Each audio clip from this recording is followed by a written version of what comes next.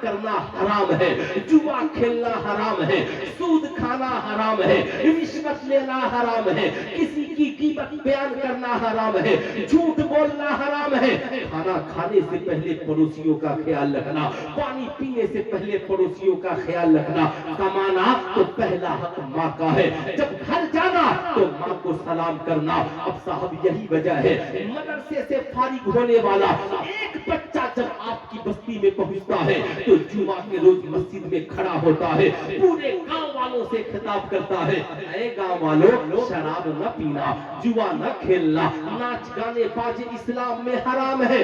تعلیم کا مقصد یہی ہے۔ اب مدرسے سے فارغ ہونے والا ایک بچہ تنہا پورے گاؤں کی اصلاح کی بات کرتا ہے، خانقاہ کا ایک پیر تنہا پورے ملک میں اصلاح کی بات کرتا ہے، علاقے کا ایک مفتی تنہا پورے علاقے میں شریعت